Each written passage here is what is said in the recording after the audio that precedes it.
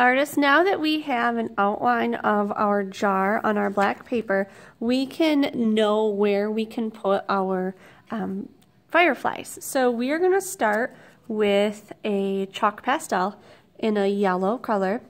And I want you to pick maybe 3 or 4 areas for you to keep some fireflies in your jar.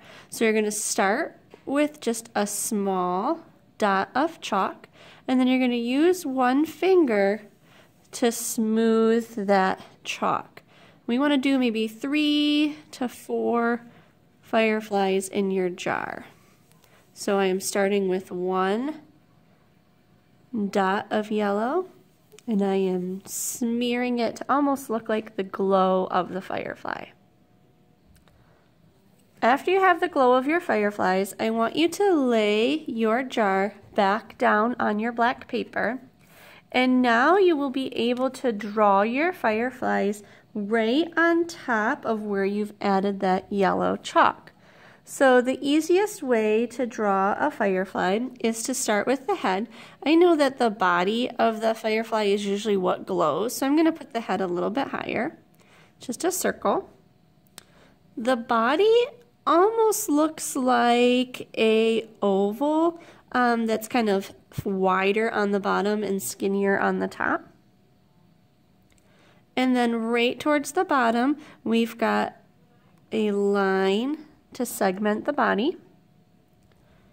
I'm going to give it one kind of squished oval ellipse on one side, and then the other for wings, and I'm going to give it 2 little antennae.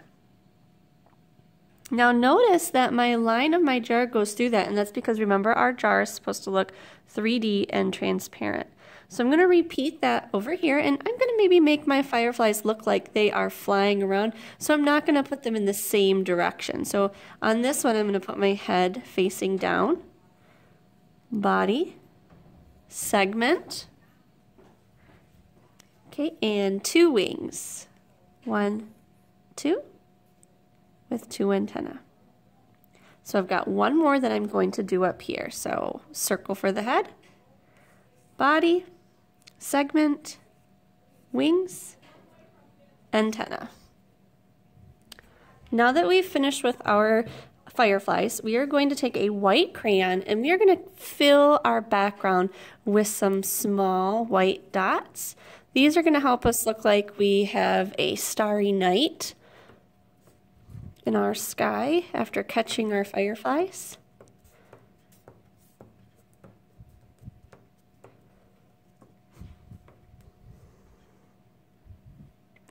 The next step of our project is to make it look like the lid of our jar is silver. So I'm moving my jar over to a white piece of paper, and I want to make sure that I'm painting on the back of my jar. So I should be able to tell where my name is. So that's the front. So if I flip it over, my name is backwards, and now I know that this is the back. We are going to take some gray paint, and we are actually painting right on top of the lid of our jar. Remember that we are painting on the back, and we are still going to be able to see the details that we drew because the paint is transparent. So we just want to lay that gray right on top of the lid of our jar. And this is going to take just a few minutes to dry. So we're just going to set this aside. While you wait for the lid of your jar's paint to dry, you're actually going to be stamping some grass on the bottom part of your project. So we have a triangular sponge, and we are going to dip it into some paint. We don't need a lot of paint, so notice that I'm making sure I don't have too much. And we are going to stamp and overlap some triangular shapes to give our project some grass. So overlap means I am putting my sponge over top of each other. So I'm laying one triangular shape down and then putting different directions all over top of the other. So we are overlapping our stamps to create some grass on the bottom of our project.